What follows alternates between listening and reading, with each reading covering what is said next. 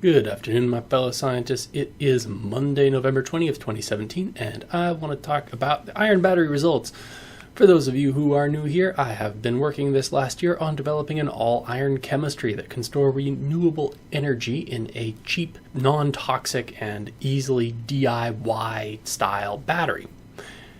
The current state of the project is that I have found a salt, iron EDTA it's called, that is very soluble in water and that will accept a charge. So we take iron 3 EDTA and we pass electrons into it. We take iron metal and it oxidizes and releases electrons. That gives us everything we need for a battery with all iron. The other nice thing about this chemistry is it's pH 7, it's neutral, so it doesn't pose any hazards when you're playing with it in your garage.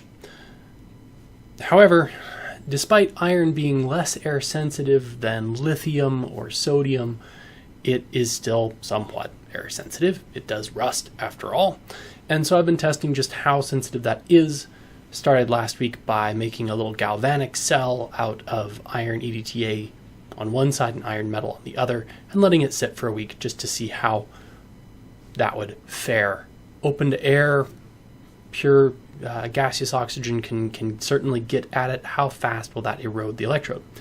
7 days later, I can report it erodes it at about tens of milligrams over the course of over 7 days. So yeah, that's less than ideal. So we've got to repeat the experiment sealed up and make sure we can restrict that.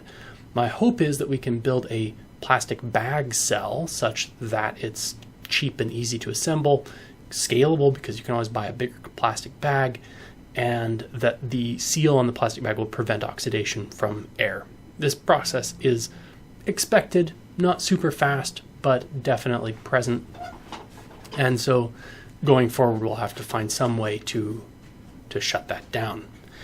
If that works out, then we can expect to try a whole bunch of different chemistries in the same basic form factor. We'll put different salts in the bag, different separators around the iron electrode, and see how that performs over many charge-discharge cycles. So if you're interested in that kind of thing, please do tune in. We will be updating once a week on iron chemistry, and when we're not talking about iron batteries, we talk about science and chemistry, renewable energy, and all kinds of fun science news that I find cool right here in the Allen Lab.